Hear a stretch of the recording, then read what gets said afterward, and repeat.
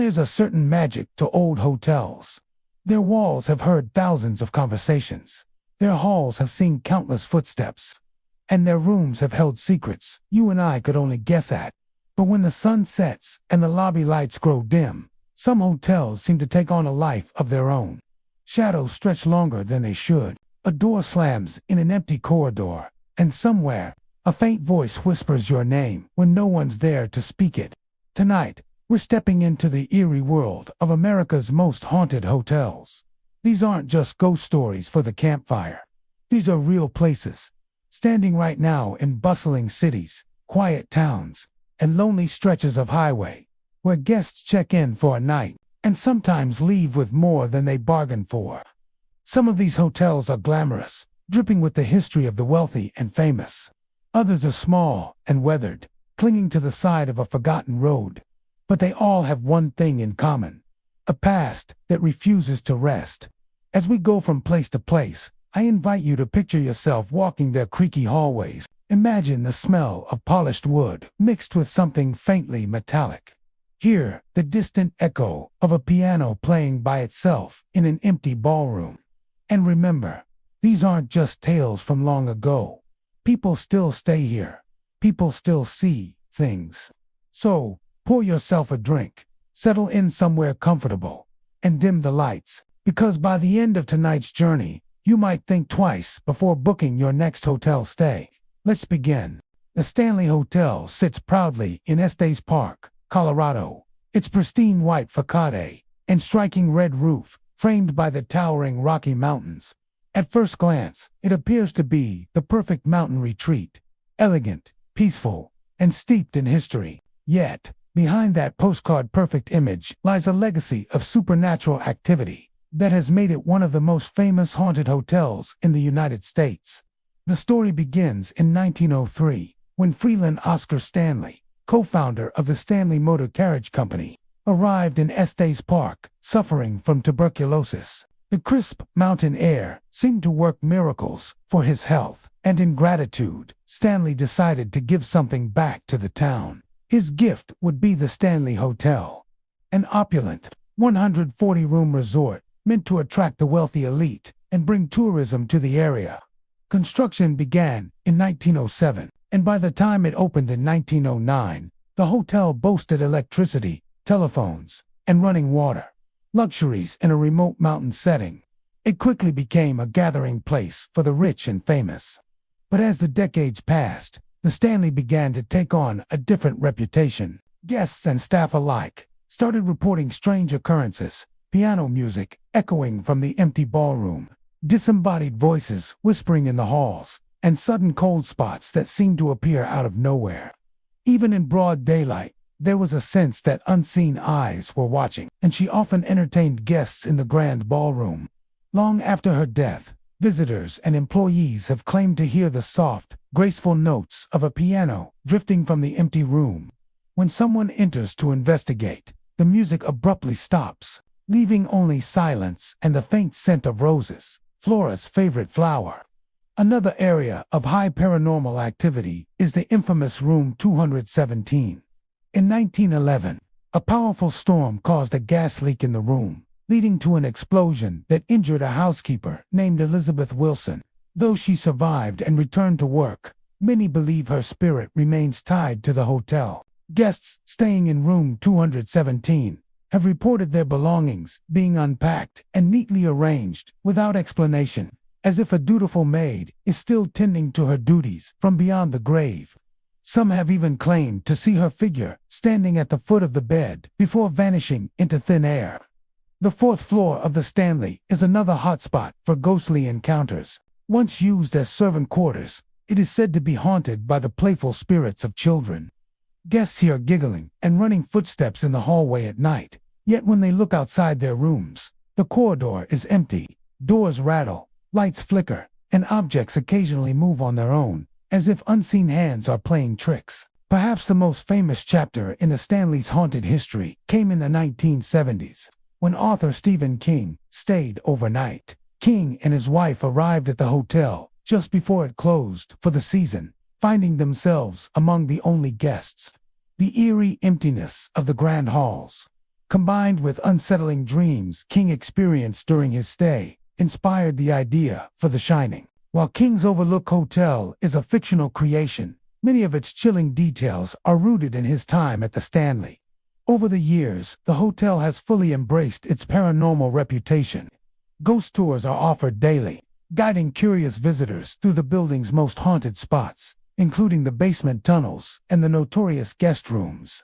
Paranormal investigators frequently visit, and many have captured strange photographs, audio recordings of unexplained voices, and video footage of shadowy figures. Employees often share their own stories. One night clerk recalled seeing a man in a period suit standing in the lobby long after midnight. Assuming he was a guest, the clerk approached, only for the man to walk behind a pillar and never emerge on the other side.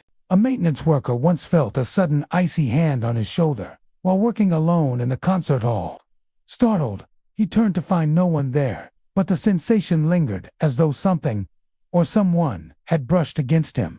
The Stanley Hotel has a way of making even skeptics question their beliefs. Its beauty and grandeur are undeniable, but so is the strange energy that seems to permeate its walls. Guests come seeking luxury, history, or a brush with the paranormal, and many leave with stories they never expected to tell. Today, whether you arrive for a quiet mountain getaway or a thrilling ghost hunt, the Stanley offers both in equal measure. Its rooms still hold the charm of a bygone era, with antique furnishings and sweeping views of the Rockies. Yet, as you settle into bed, you might hear the faint sound of footsteps pacing the hallway outside your door, or the whisper of a piano's melody carried on the cold night air. Perched high on a hill overlooking the Victorian charm of Eureka Springs, Arkansas, the Crescent Hotel is a vision of elegance. Its stone facade, sweeping verandas, and manicured lawns seem to belong to a different time, a place of refinement and leisure. Yet beneath its picturesque beauty lies a dark history of deceit, suffering, and death, a past that has earned it the title of America's most haunted hotel. The Crescent first opened its doors in 1886, built with the intention of becoming one of the most luxurious resorts in the nation. Wealthy travelers from across the country flocked to its grand ballrooms, fine dining, and restorative mountain air. The hotel's location in Eureka Springs, already famed for its healing waters, made it a popular retreat for those seeking wellness. But as the years passed, the resort's fortunes faded. Business declined, and the once vibrant hotel slipped into disrepair. It was until the 1930s that the Crescent would gain a new and far more sinister purpose. Norman Baker, a charismatic but unscrupulous man with a flair for showmanship, purchased the property. He had no medical degree, yet he claimed to have discovered a miraculous cure for cancer. Using the Crescent as his base, Baker transformed the hotel into the Baker Cancer Hospital. Desperate patients traveled from far and wide, paying large sums in hopes of a cure. Instead, they received ineffective treatments, little more than painful injections of carbolic acid, corn, silk, and other useless concoctions. Many of those who came to the Crescent seeking salvation never left. Their bodies were quietly taken to the basement morgue, a place that remains to this day. The morgue, with its tiled walls and rusting equipment, is a chilling reminder of the hotel's darkest chapter. Visitors who venture there often speak of sudden, bone-deep cold, even in the middle of summer.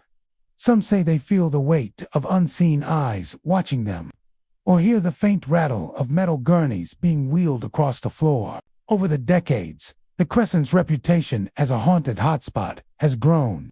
Guests, staff, and paranormal investigators have reported a dizzying variety of encounters.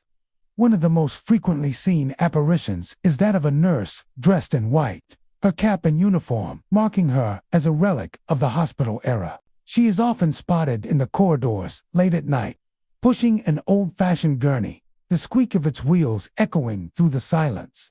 Those who see her say she never acknowledges their presence. She simply walks into the darkness and fades away. Then there's room 218, perhaps the most infamous room in the entire building. Stories tell of a construction worker who fell to his death during the hotel's original build, landing on the spot that would later become the room. Today, guests in room 218 experience intense paranormal activity. Doors slam shut with such force that the walls shake. Lights flicker without explanation, and some visitors claim they have been shoved, shaken awake, or even pinned to the bed by an invisible force. Many check in full of bravado, only to leave in the middle of the night, unwilling to stay until morning. The Crescent's hauntings are not limited to its hospital days. Some spirits seem to date back to its earliest years as a resort. A well-dressed gentleman, often wearing a top hat, has been spotted in the lobby and on the grand staircase, offering a polite nod before vanishing. In the dining room, waitstaff sometimes see a young woman in a ball gown twirling slowly as if she est, still dancing to music from a long-gone party. The kitchen, too, has its share of strange happenings. Pots and pans clatter to the floor with no one nearby, and the smell of baking bread sometimes wafts through the air when the ovens are cold. Down in the basement, the old morgue is a focal point for ghost tours. The metal door to the walk-in cooler still swings on its hinges, and the autopsy table sits cold and silent, yet visitors swear they have heard dripping water or faint, labored breathing. Paranormal investigators have captured voices on recorders, some whispering for help, others groaning in pain. One particularly unnerving story comes from a tour guide who was leading a group through the morgue. As she spoke, several guests gasped and pointed to the corner. There, just beyond the shadows, stood the figure of a man in a white coat, his expression unreadable. The guide turned to look, but the figure dissolved into the air. The group later agreed they had all seen him at the same moment, down to the way his hands were clasped behind his back. Despite its unsettling history, the Crescent remains a thriving hotel today, drawing both history lovers and ghost hunters from around the world.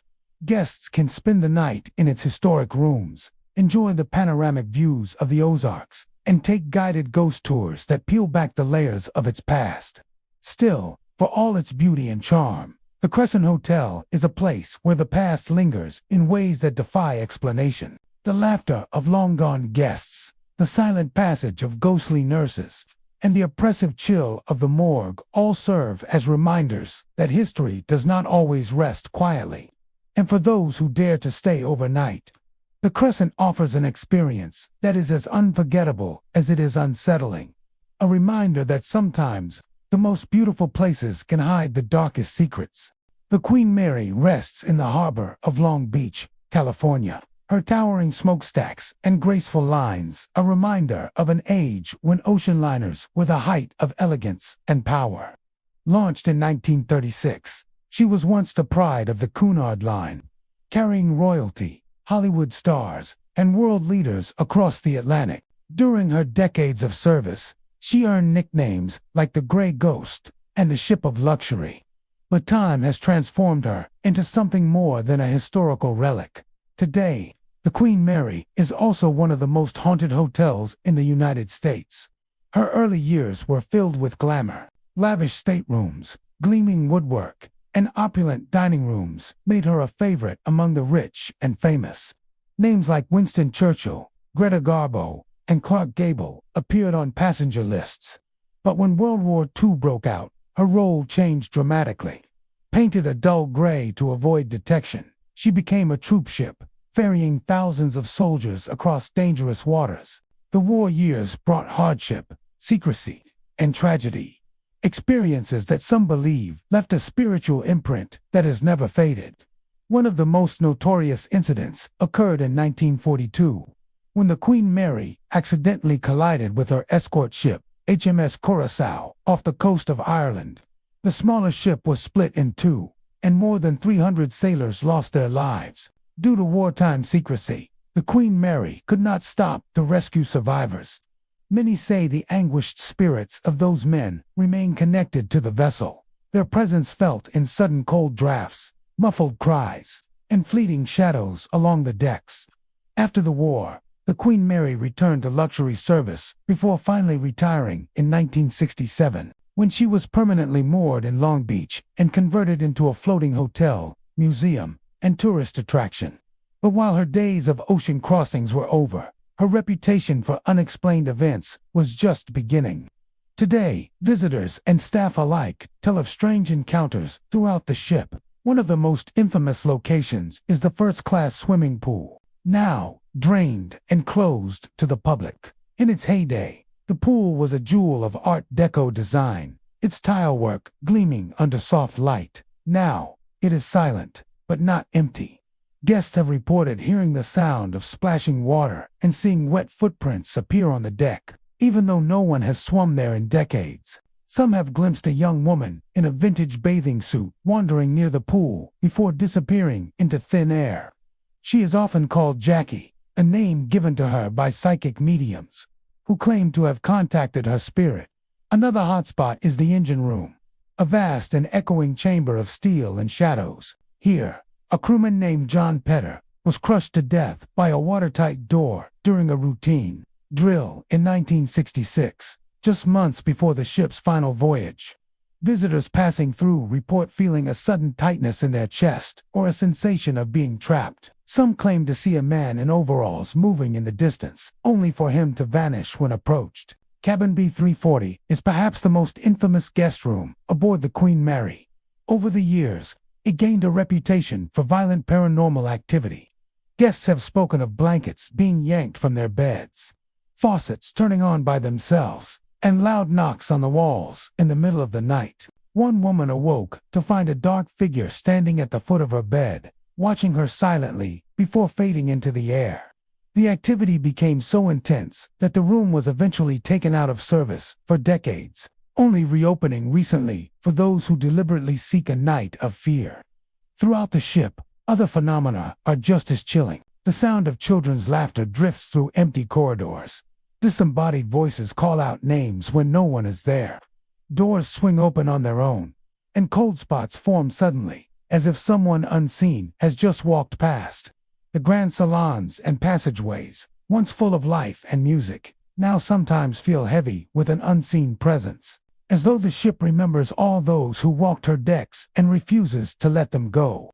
The Queen Mary has embraced her haunted legacy, offering ghost tours that explore her most active areas. Paranormal investigators from around the world have visited, often leaving with recordings of mysterious voices, photographs of strange shapes, or personal experiences they cannot explain. Even skeptics admit that something about the ship feels different. The way sounds seem to echo unnaturally, the way shadows linger just a little too long. Those who have stayed overnight describe a unique kind of unease. The ship's narrow hallways and porthole-lined rooms carry the scent of aged wood and salt air, a reminder of her long years at sea. At night, the distant creaks and groans of her hull, settling against the tide, can sound almost like footsteps pacing outside your door. The hum of the harbor mingles with faint, unexplained noises. A whisper, a door latch clicking shut, the rustle of fabric from an empty corner. Whether the Queen Mary's spirits are restless passengers, long-gone crew members, or echoes of her turbulent, wartime past, their presence has made her more than a piece of history. She is a living museum, not only of the golden age of ocean liners, but of the lives and deaths that played out aboard her decks. To walk her halls is to step into another time, where the elegance of a bygone era mingles with the chill of something unseen. She is as beautiful as she is unsettling, a monument to the sea that still carries whispers from the depths. And for those who check into her staterooms at night, the Queen Mary offers more than a luxurious view of the harbor. She offers the chance to share a night with the ghosts of her past. The Menger Hotel stands proudly beside the Alamo in San Antonio, Texas, its stately Victorian architecture and warm southern charm drawing visitors from around the world. Opened in 1859 by William and Mary Menger, it quickly became a social hub for travelers, soldiers, and dignitaries passing through the bustling city. The hotel's fine dining, luxurious rooms, and inviting courtyards earned it a reputation as one of the finest establishments in the Southwest. But beneath its elegance lies a history steeped in war, tragedy, and lingering spirits. A history that has made the Menger one of the most haunted hotels in America. Its location alone sets the stage for ghostly tales. The Minger was built just steps away from the Alamo, where one of the most famous and bloodiest battles in American history took place in 1836. Many believe the energy of that tragic conflict still permeates the ground, seeping into the walls of the hotel. Over the decades, countless guests and staff have reported encounters with apparitions, unexplained sounds, and sudden chills that seem to come from nowhere. One of the most well-known spirits said to haunt the Minger is none other than former U.S. President Theodore Roosevelt. In the late 1890s, Roosevelt recruited his Rough Riders, the volunteer cavalry regiment that would fight in the Spanish-American War, from the Hotel Esbar. Today, guests claim to see him dressed in his Rough Rider uniform, standing proudly near the bar or sitting with a drink in hand. Bartenders have told stories of hearing a booming, hearty laugh behind them, only to turn and find no one there. Some even say that if you leave a glass of whiskey on the bar overnight, it will be mysteriously empty by morning. Another frequent apparition is Sally White, a chambermaid who worked at the hotel in the 1870s. Sally's life ended tragically after her jealous husband shot her in a fit of rage. She died from her injuries inside the hotel, and her spirit is said to remain there.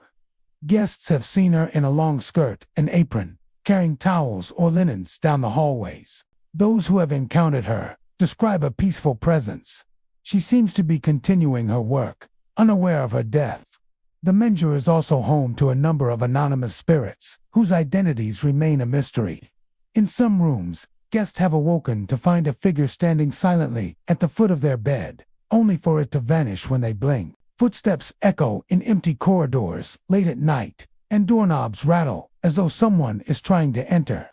In the lobby, an elderly gentleman in a dark suit has been seen reading a newspaper before slowly fading away. One particularly eerie spot in the hotel is the third floor, where guests have reported a sudden drop in temperature and the feeling of being watched. Some claim to hear the faint sound of music, violins and pianos drifting down the hallway, even when the hotel's entertainment spaces are empty. Paranormal investigators have recorded disembodied voices here, often speaking in whispers too faint to understand. The hotel's historic wing, with its ornate woodwork and antique furnishings, seems to hold the most energy. In the old dining room, the scent of cigar smoke sometimes lingers in the air, despite the fact that smoking has been banned for decades. Some believe this is connected to the spirit of Captain Richard King, founder of the King Ranch, who was a frequent guest. He is said to still wander the halls, dressed in a black frock coat, occasionally tipping his hat to passersby. The Minger-esque connection to the Alamo has also sparked speculation that some of the spirits wandering its halls may be soldiers who fought and died there. Several guests have reported seeing men in 19th-century military uniforms standing near windows or moving quickly through the courtyard, only to vanish before they can be approached. Even staff members, accustomed to the building's creaks and drafts, have their own stories. One night watchman described hearing heavy boots on the stairs long after the last guest had retired. Thinking it was a lost visitor, he went to investigate, only to find the stairwell empty. Another employee, cleaning a guest room late at night, felt someone brush past him. When he turned, there was no one there, but the scent of roses hung in the air, fading slowly away. Despite its haunted reputation, the Minger remains a beloved landmark in San Antonio. Guests come for its rich history, its proximity to the Alamo, and its elegant hospitality. Yet, many leave with stories they never expected to tell, stories of glimpses, sounds, and sensations that cannot be explained. Whether it's the lingering presence of historical figures like Roosevelt, the tragic ghost of Sally White, or nameless shadows drifting through the halls, the spirits of the Minger seem woven into the fabric of the building itself. The hotel embraces its supernatural side, offering ghost tours that highlight its most active areas and recount the stories of those who lived and died within its walls. For those who stay overnight, the experience is often unforgettable. The rooms are cozy, the beds soft, and the ambiance a perfect blend of old-world charm and gentle unease. And yet, when the lights go out and the city outside grows quiet, the Minger feels different. The air seems thicker, the silence deeper. A faint knock may sound at your door, Or you might hear the rustle of skirts in the hallway when no one is there. The scent of tobacco or roses may drift through the air, carrying with it a whisper from the past. In the heart of New Orleans' French Quarter, surrounded by the echo of jazz and the scent of Creole cuisine, stands the Bourbon Orleans Hotel, a grand building with a history as rich and haunting as the city itself. Today, it's a place of luxury, where chandeliers glimmer in the lobby and guests sip cocktails while gazing out onto the vibrant Bourbon Street. But beneath its polished surface lies a legacy of war, disease, and death, one that many believe has bound restless spirits to its halls for centuries. The building's story begins in the early 1800s, when it was home to the Grand Orleans Ballroom, one of the most prestigious gathering places in the city. The ballroom hosted lavish dances, masked balls, and glittering attended by New Orleans elite. Music, laughter, and the rustle of fine gowns filled the air. But the good times wouldn't last. In 1881, the Sisters of the Holy Family, an African-American order of nuns, purchased the building and transformed it into a convent and orphanage. For decades, it served as a place of sanctuary, but also became a silent witness to tragedy. The yellow fever epidemic that swept through New Orleans in the late 19th century hit the orphanage hard. The disease claimed countless children and nuns within these very walls. In the oppressive summer heat, the sound of church bells often rang, not for celebration, but for the tolling of death. This sorrow seems to have seeped into the bricks themselves, lingering like a shadow over the hotel's elegant facade. When the building was converted into the Bourbon Orleans Hotel in the 1960s, the ghosts of its past seemed to awaken. Guests began reporting strange encounters, apparitions dressed in clothing from different eras, whispers in empty hallways, and the inexplicable feeling of being watched. One of the most famous hauntings takes place in the old Orleans Ballroom itself, now beautifully restored for events. Many have seen the figure of a lone woman twirling gracefully across the dance floor, dressed in a flowing 19th century gown. She moves as if in time, with music only she can hear, fading into nothing when approached. Some believe she was a guest at one of the grand balls who died young and now relives her final happy moments for eternity. On the 6th floor, where the nuns' sleeping quarters once stood, visitors report the faint rustle of fabric, as though a habit is brushing along the wall, and the soft sound of footsteps pacing at night. Doors open and close on their own, and a warm, maternal presence is sometimes felt, perhaps the spirit of a nun still watching over the building and its guests. But it's the 4th floor that holds the most unsettling encounters. This was once part of the orphanage, where sick children were quarantined during the fever outbreaks. Guests have heard the faint giggling of children, followed by the pitter-patter of tiny feet running down the hall, only to find the corridor empty. Others have been woken in the middle of the night by the sound of a child crying softly beside their bed. When they turn to look, there is nothing there, only an unshakable chill in the air. The hotel's courtyard and stairwells have their own share of eerie tales. A Confederate soldier has been spotted lingering near the lobby, his uniform ragged but his stance proud, as though guarding the building. Some say he fought in the Civil War and died nearby, his spirit now tied to the hotel's ground. On more than one occasion, guests have reported hearing the metallic clang of a saber or the faint scent of gunpowder drifting through the air. Even the guest rooms have their share of unexplained phenomena. Lights flicker without warning, faucets turn on by themselves, and objects, keys, jewelry, even shoes vanish, only to reappear in strange places. Housekeeping staff, perhaps the most frequent witnesses to the supernatural, tell stories of walking into freshly cleaned rooms to find beds rumpled, as though someone had been lying there moments before. In the early morning hours, when the city outside is still and the Bourbon Street revelry has faded, the Bourbon Orleans Hotel takes on a different character. The silence feels thick, heavy, as if the building itself is holding its breath. Shadows seem to linger a little too long in the corners, and the echo of footsteps on the marble floors can sound unnervingly close, yet no one is there. The hotel embraces its haunted reputation, and many guests come hoping for an encounter. Paranormal investigators have recorded cold spots, unexplained voices, and strange orbs of light moving through the air. One team even claimed to capture the laughter of a child on their equipment, though no children were staying at the hotel that night. Perhaps it's the building's long history, or the countless lives and deaths it has witnessed, that has left an imprint too deep to fade. The Bourbon Orleans has been a place of joy and of grief, of beginnings and endings, of dance and of mourning. Its ghosts are not confined to one tragic chapter, but drawn from every era of its existence, each leaving their own trace on the living world. Today, as the jazz bands play on Bourbon Street and the smell of beignets drifts in from nearby, guests walk through the hotel's grand doors, unaware that they are stepping into a place where time folds in on itself. The living and the dead share these halls, each moving to their own rhythm. For some, it's simply a beautiful hotel in the heart of New Orleans. For others, it's a place where the past refuses to rest, where a twirling woman in the ballroom, a nun on the 6th floor, and the laughter of unseen children remind you that the Crescent City's history is never truly gone. Perched on the sun-soaked shores of Coronado Island, just across the bay from San Diego, the Hotel del Coronado is one of California's most iconic seaside resorts. Its red-roofed turrets and sprawling white facade have been welcoming guests since 1888, offering elegance, ocean breezes, and a sense of timeless glamour.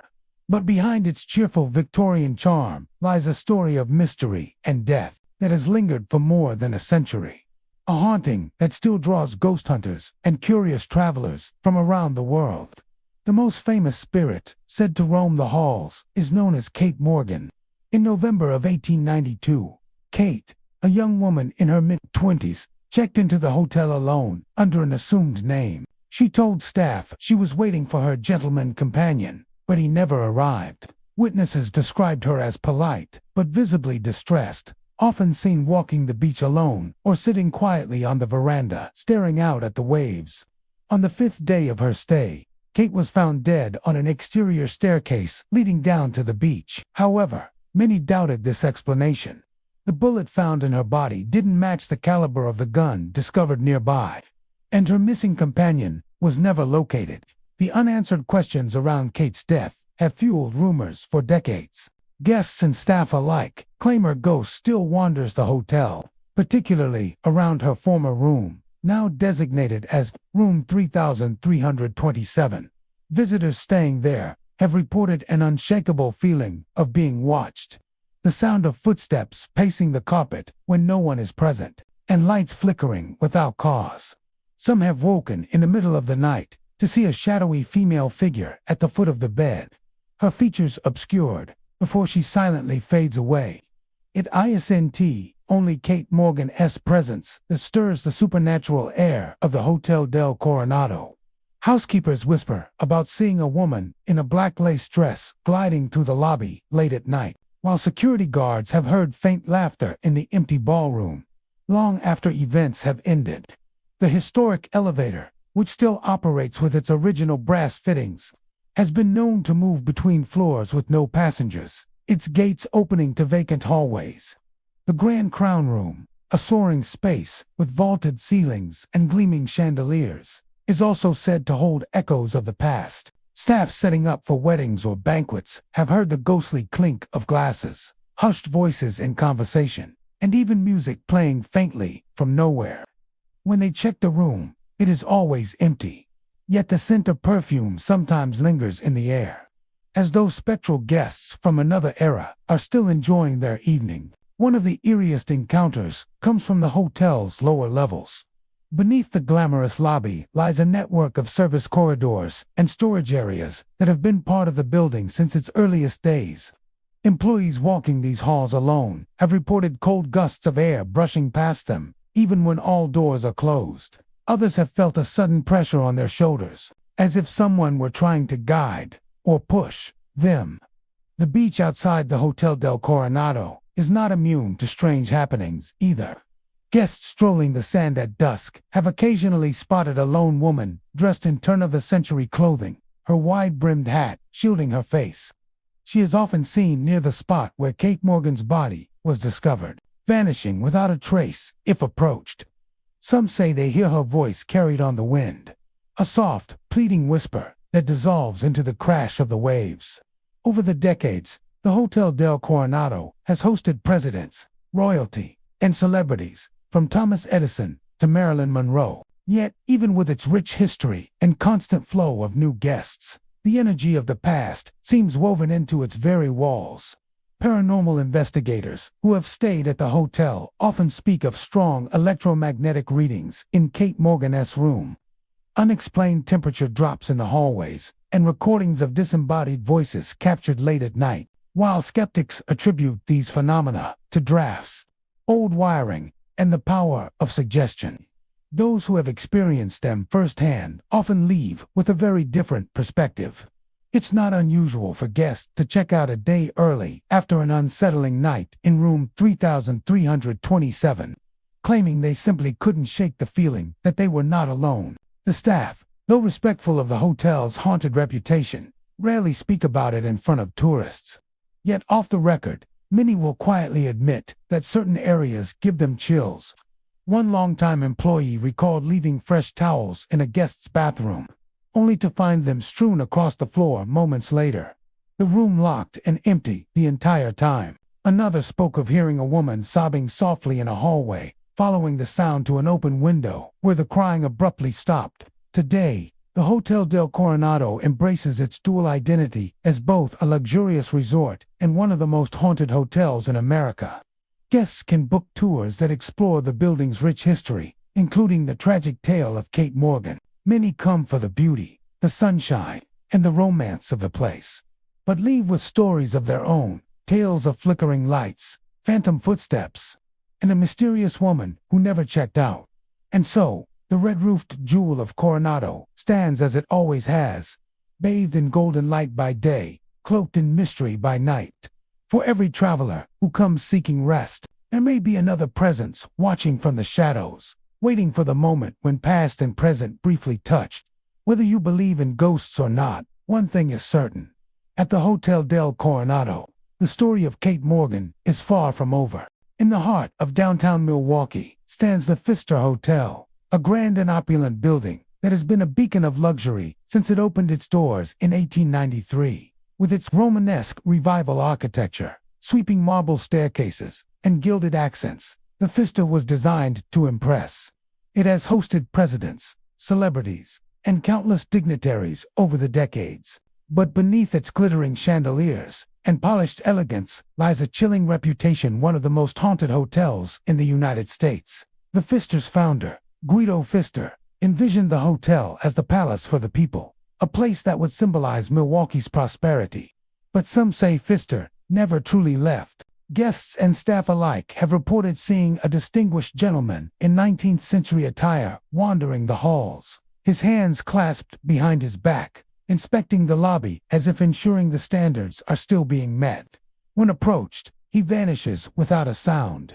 Many believe this to be Guido Pfister himself, keeping a watchful eye on his creation more than a century after his death. One of the most documented sources of ghostly encounters comes from Major League Baseball players.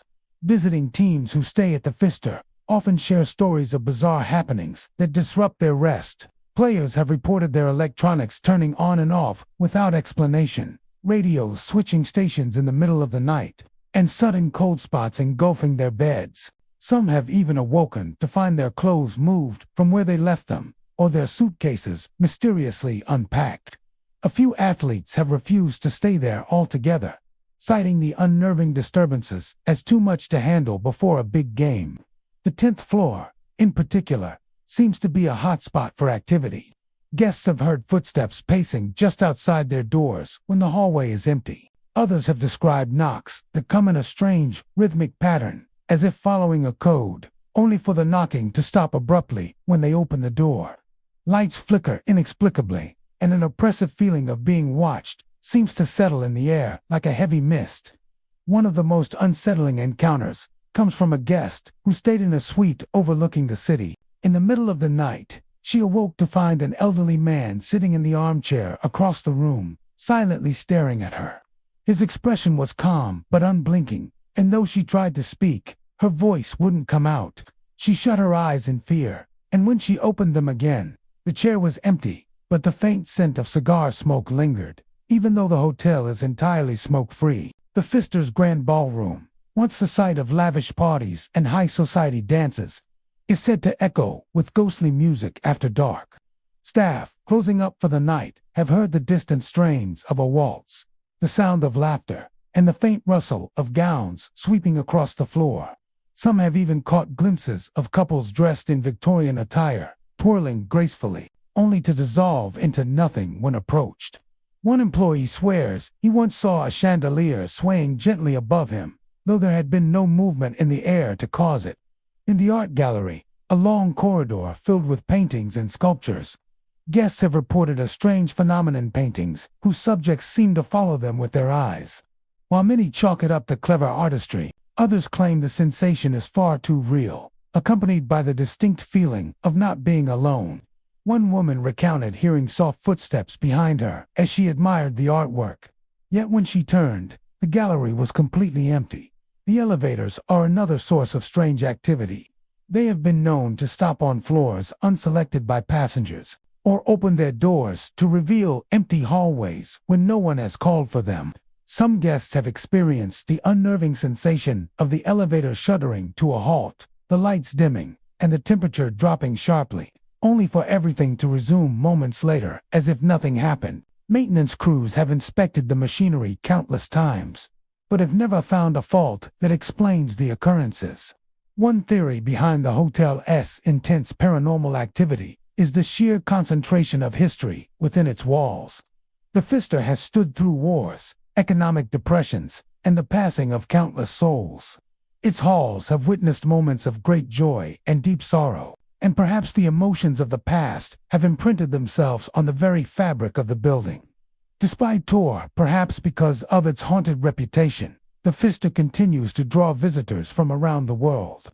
Some come for the luxury, others for the thrill of encountering something beyond the veil. Whether it's the proud spirit of Guido Pfister, the echoes of glamorous nights long past, or something darker and more mysterious, there's no denying that the hotel holds on to its secrets tightly. In the quiet hours of the night, when the city sleeps and the marble corridors grow still, the Pfister feels like a place where time folds in on itself, and the living and the dead share the same space, if only for a moment. Perched high on Cleopatra Hill, overlooking the old mining town of Jerome, Arizona, stands the imposing Jerome Grand Hotel, once the United Verde Hospital. This building was erected in 1926 to serve the booming copper mining community. Its concrete walls and Spanish mission-style facade give it a stark, enduring presence against the rugged desert hills. But the beauty of its panoramic views masks a darker past, one filled with sickness, tragedy, and unexplained deaths that some believe have left their mark on the building forever. In its hospital days, the United Verde Hospital was a place where miners and townsfolk sought treatment for injuries, illnesses, and accidents in the perilous copper mines. The hospital gained a reputation for its advanced facilities, but also for its grim mortality rate. Mining accidents were frequent, and the severity of injuries often meant the hospital was the last place many would see before death. Over the years, hundreds are believed to have died within its walls, victims of mining disasters, influenza outbreaks, and even unexplained circumstances. When the copper boom ended and the town's population dwindled, the hospital eventually closed its doors in 1950. Left to decay in silence for nearly 44 years.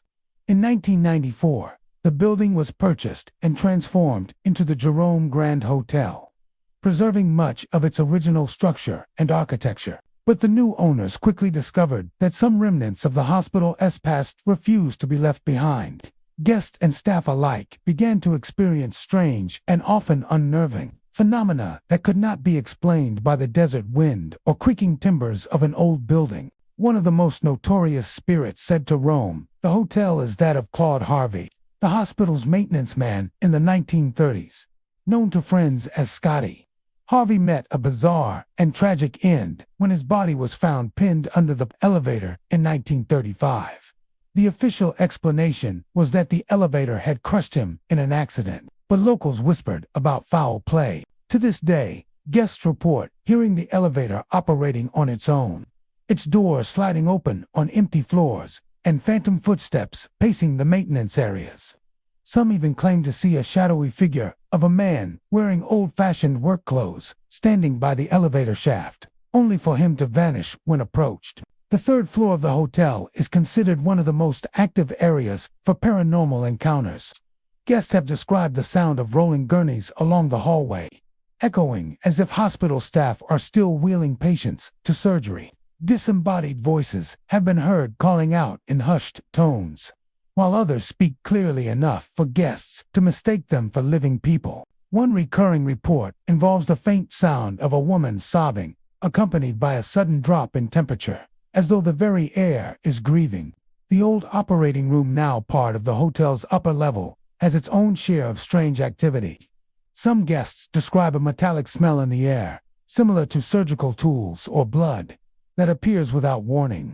Others have reported seeing bright flashes of light in the corners of the room, reminiscent of surgical lamps flickering to life. Cameras and recording devices often malfunction here, draining batteries at an unusually fast rate, as though some unseen force is pulling energy from the electronics. One of the eeriest legends involves the sounds of a crying baby. Several guests, particularly those staying on the second floor, have been awakened in the dead of night by the unmistakable wail of an infant. Yet, no babies are registered at the hotel, and the staff assures visitors that the building is silent at night. Some speculate the cries could be linked to the hospital's maternity ward, where not all newborns survived the harsh medical realities of the early 20th century. The ghostly activity is not limited to the rooms and hallways. The hotel's restaurant, the asylum, also has its share of unsettling stories. Staff have seen utensils slide across tables, heard chairs scrape against the floor when no one is near, and even felt unseen hands brush against their backs. Diners report seeing fleeting figures in white dart past the kitchen door, or glimpsing pale faces peering through windows, only to vanish when looked at directly.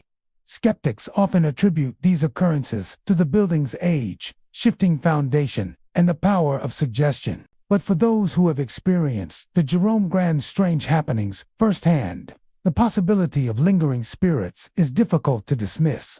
Ghost hunters and paranormal investigators have flocked to the hotel over the years, capturing recordings of strange voices, sudden temperature changes, and unexplained shadows that seem to follow them through the halls. What makes the Jerome Grand Hotel's hauntings so chilling is the strong link between its history and its modern-day reports.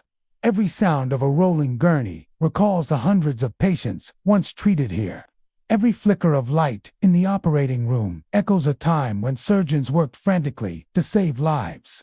And every phantom cry in the night speaks of sorrow that has never truly left. Today, the hotel embraces its haunted reputation, drawing visitors who seek both luxury and the thrill of the unknown.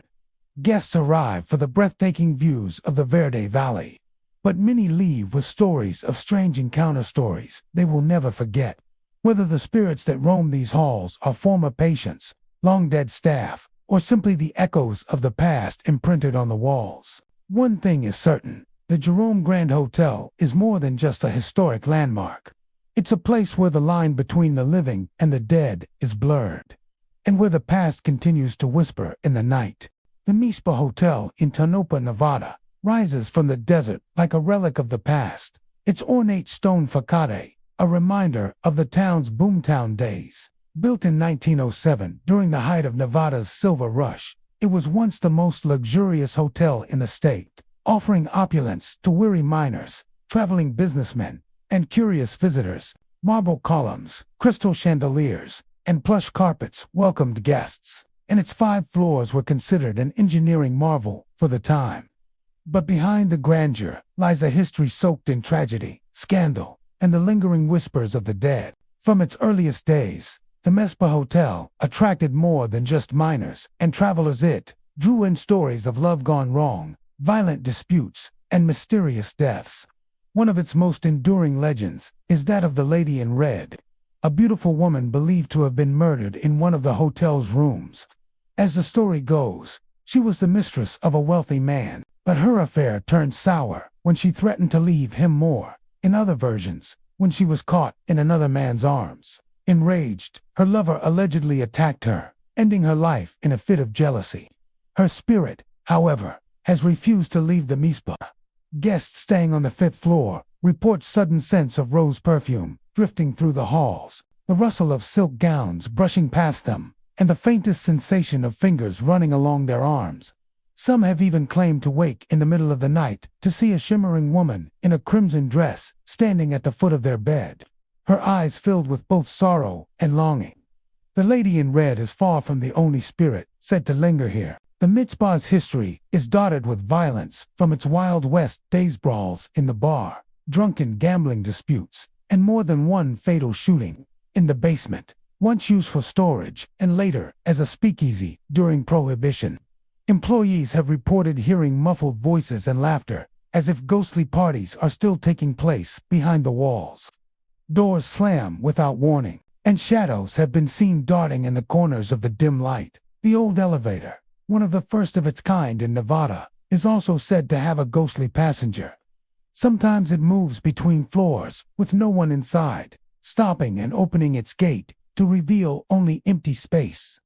Children's laughter echoes faintly in the upper halls, though no young guests are present. Some believe this comes from the spirits of children who died of illness in Tonopah during the early 1900s, when medical care was scarce and epidemics swept through the desert towns. Guests have reported tiny footsteps outside their doors, soft knocks in the middle of the night, and even the sound of marbles rolling across the floor, only to find nothing there when they investigate. One of the hotel's eeriest features is its connection to Tonopah's mining history. Several miners, injured or trapped in accidents, were brought to the hotel for treatment in makeshift rooms. Not all survived, and some guests swear they heard the groans of unseen men or smelled the faint odor of dust and sweat that lingers after a day deep in the mines. Staff working late at night in the quiet hours often feel as though they are being watched from darkened corners, and some have reported icy cold spots even in the height of Nevada's scorching summers. In the 1970s, the Mizpah closed its doors, left to gather dust for decades. But even without guests, the stories continued. Locals claimed to see lights flicker on in empty rooms, curtains twitch as if someone were peering out, and the faint strains of old piano music drifting from the upper floors.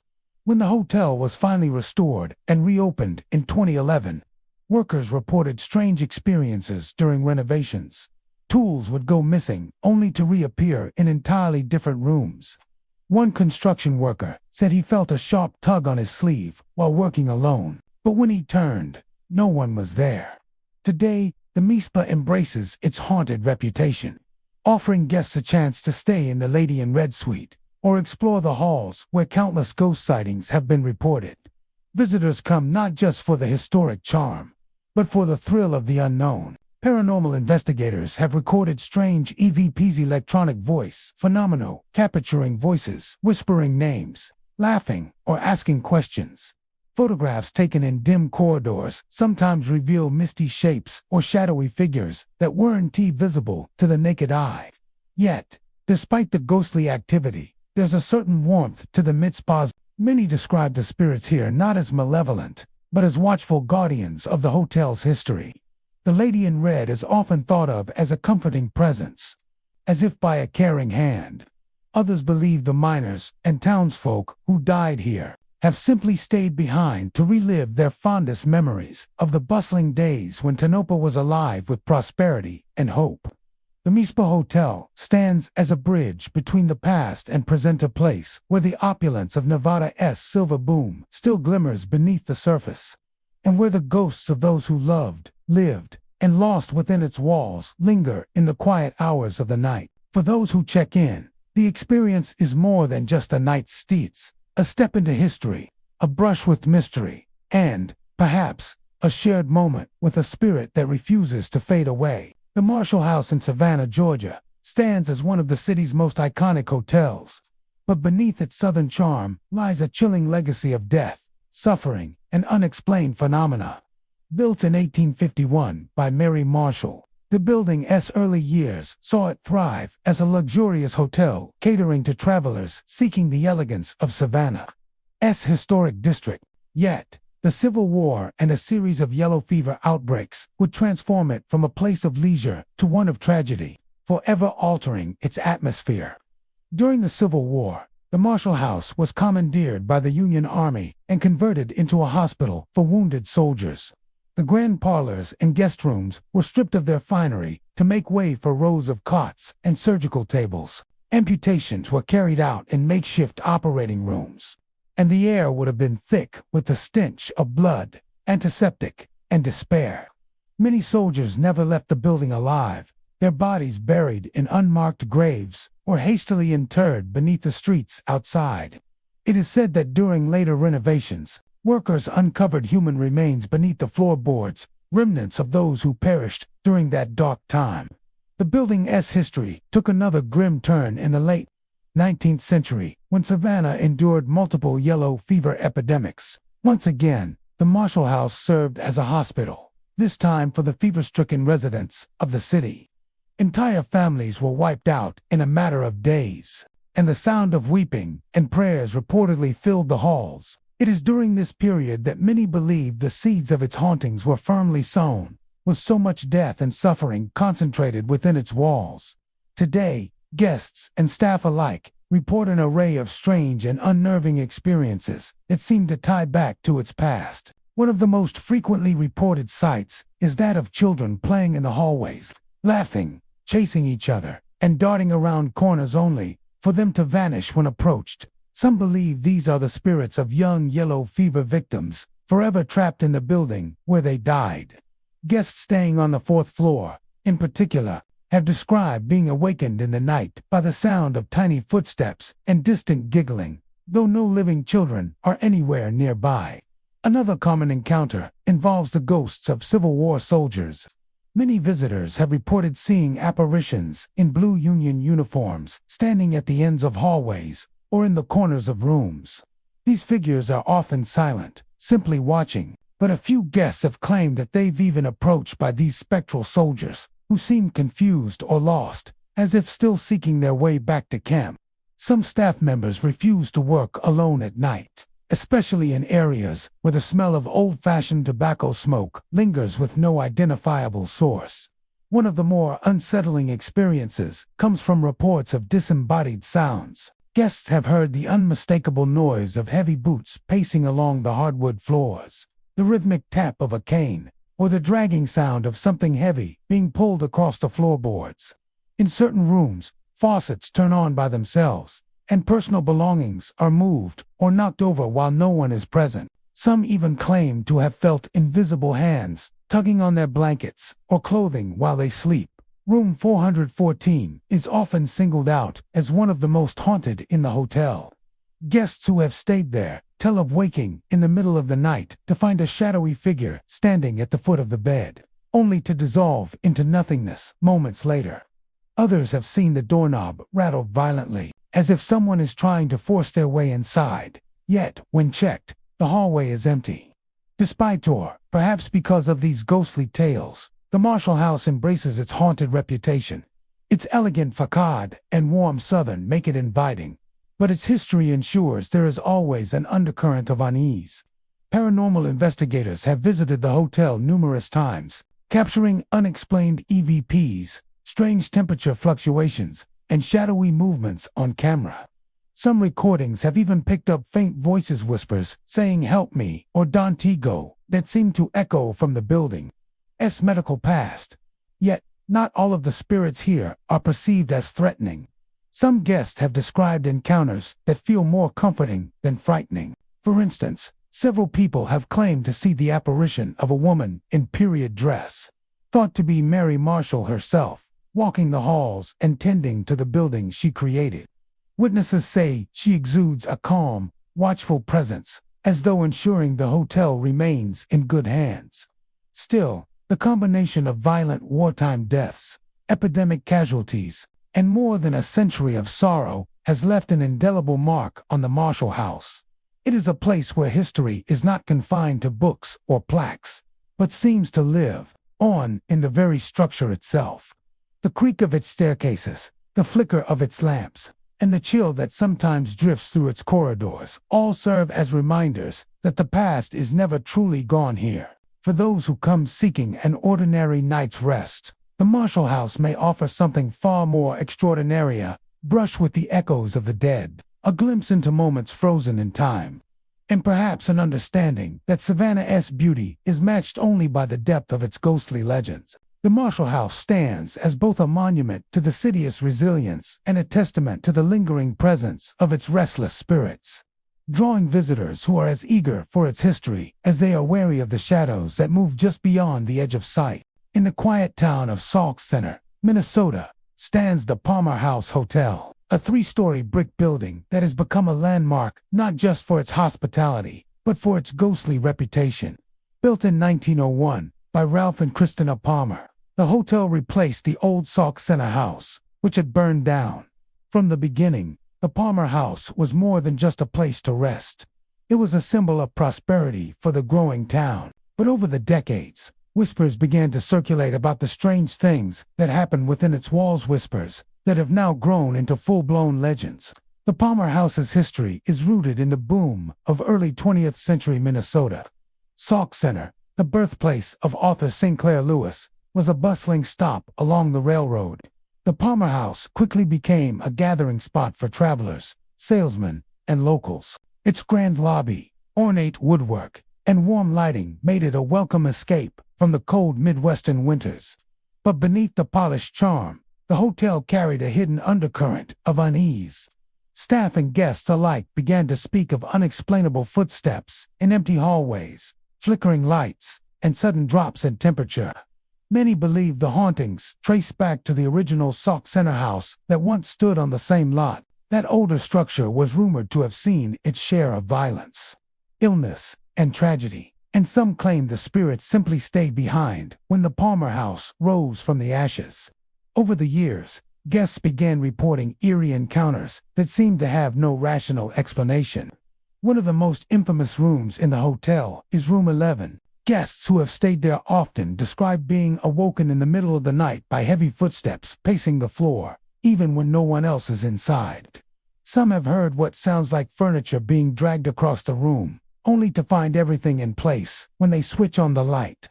Others report hearing deep, unsettling breathing just inches from their ear. Paranormal investigators who have visited the hotel often cite Room 11 as a hotspot for activity, with unexplained cold spots and electronic devices malfunctioning for no apparent reason. Then there's Room 17, another chamber tied to the building's ghostly lore. Guests here have reported seeing a dark, shadowy figure standing in the corner of the room. The figure never speaks or moves, but its silent presence is enough to send even the bravest visitor packing early. The sensation of being watched in Room 17 is so strong that some guests have refused to sleep with the lights off. The hotel's basement is perhaps the most unsettling part of the building. Once used for storage and laundry, the dim, low-ceilinged space now carries a heavy, oppressive atmosphere. Staff members have reported hearing children's laughter echoing in the darkness, though no children were anywhere near the basement at the time. Objects stored down there have been found, moved, or knocked over, and a few employees have even claimed to see small, shadowy figures darting between the support beams. Some believe this area was once a gathering place for children during the hotel's early days, children who may have died from illness during one of the many epidemics of the era. In the lobby, where sunlight spills through large windows by day, the air can turn unexpectedly cold at night. Guests have seen a man in old-fashioned clothing sitting quietly in one of the armchairs, only for him to vanish when approached. This lobby gentleman, as he's come to be known, is thought to be a former guest who frequented the Palmer House decades ago and perhaps never checked out. One of the hotel's most famous spirits is said to be Lucy, a playful young girl who seems particularly fond of the third floor. Guests and staff report hearing the sound of a ball bouncing along the hallway late at night, followed by light footsteps and giggles. On rare occasions, people have claimed to actually see Lucia, small figure with curly hair and a white dress, peeking out from behind a doorframe before disappearing into thin air. Over the years, the Palmer House has attracted paranormal investigators from across the country. Television shows, such as The Dead Files and Ghost Adventures, have documented their own strange experiences there, including disembodied voices, unexplained noises, and physical sensations like sudden pressure on the chest. Skeptics argue that the building's age and creaks account for many of the reports, but even they admit the sheer number of consistent stories is unusual. Current owners and staff have embraced the hotel's haunted reputation, offering ghost tours and welcoming curious guests who want to experience the paranormal for themselves. They maintain that the spirits are not malevolent, though a few encounters have been unsettling enough to send visitors home in the middle of the night. Many guests leave with stories of their own, stories of cold touches on the back of the neck, of waking to find their blankets pulled away, or of hearing whispered conversations just outside their door when no one is there. What makes the Palmer House's hauntings so compelling is not just the number of experiences, but the range of personalities the spirits seem to have. Some appear curious and mischievous, like Lucy. Others are distant and watchful, like the lobby gentleman. And a few remain shrouded in menace, particularly those tied to certain rooms. Paranormal researchers often speak of residual haunting, where a spirit is not actively aware, but merely replaying moments from its past, like an echo. Others believe in intelligent hauntings, where the spirit interacts with the living. The Palmer House seems to have both. The town of Sauk Centre has embraced the hotel's role in local folklore. For many residents, the Palmer House is not just a business, but a living, perhaps literally part of the community's history. On quiet nights, as snow falls over Main Street and the hotel's warm lights glow against the cold, it's easy to imagine those who came before still wandering the halls, checking in for a stay that never ends. Whether you believe in ghosts or not, the Palmer House Hotel offers something rare, a place where history, hospitality, and the supernatural converge. It's a reminder that the past is never truly gone, and that sometimes the walls around us hold more than just memories. Those who walk its halls today may find themselves brushing shoulders with guests from another century, guests who have no intention of leaving, and who may be watching from the shadows as you turn the key to your room. In the heart of downtown Austin, Texas, the Driscoll Hotel stands as one of the state's most famous and opulent landmarks. Built in 1886 by cattle baron Jesse Driscoll, the Romanesque-style building was designed to reflect wealth, elegance, and grandeur. From its marble floors to its intricate stained glass, the Driscoll has long been a gathering place for Texas high society, politicians, and travelers from around the world. But beyond its glittering chandeliers and lavish ballrooms, the hotel holds a darker, more mysterious reputation, one built on whispers of restless spirits and unexplained phenomena. The story of the Driscoll's hauntings begins with its founder himself. Jesse Driscoll's dream was to create a hotel fit for royalty, but just a year after it opened, he lost it in a poker game. Legend has it that Jesse never truly left. Guests and staff have reported seeing a large man in a well-tailored suit wandering the lobby, often accompanied by the smell of cigar smoke. Some claim his apparition lingers near the grand staircase, as if watching over the hotel he loved and lost. Among the most well-known ghost stories of the Driscoll is the tale of a young girl who died tragically in the late 1800s. She was the daughter of a U.S. senator staying at the hotel, and while playing with a ball in one of the hallways, she fell down a grand staircase to her death. Since then, guests have reported hearing the sound of a ball bouncing down the corridor, even when no children are present. Some have even claimed to see the faint figure of a little girl in Victorian dress, giggling before vanishing into thin air. Another haunting centers around room 525, which has an unsettling history. In the early 1900s, two women, both brides on their honeymoon, took their own lives in that very room, decades apart but under eerily similar circumstances. The room was closed for many years, but when it eventually reopened, guests began to report strange occurrences. Lights flicker without explanation, mirrors fog over with no one in the shower, and a heavy, sorrowful presence seems to linger. Some have felt sudden waves of sadness wash over them the moment they step inside. In the hotel's famed Maximilian Room, which displays ornate Austrian mirrors, once owned by Emperor Maximilian of Mexico, visitors have reported feeling watched. The mirrors themselves are said to hold a strange energy, and a few guests claim that their reflections have behaved unnaturally, smiling when they were not, or appearing slightly delayed. Staff members who close the room at night sometimes hear faint music playing, even though no one is inside. The Driscoll has also been the site of more modern paranormal encounters. Country music star Annie Lennox once stayed at the hotel and reported experiencing strange disturbances in her room. From inexplicable drafts to items shifting positions overnight, other guests have described radios turning on by themselves, footsteps in empty halls, and the faint sound of a woman singing somewhere in the distance. Perhaps the most unsettling part of the Driscoll's haunted reputation is how casually the paranormal is accepted by those who work there. Longtime employees often have their own ghost stories and treat the hauntings as part of the hotel's identity. For them, the Driscoll's ghosts are simply part of its history, a reminder that such a grand and storied building has witnessed both joy and tragedy over the centuries.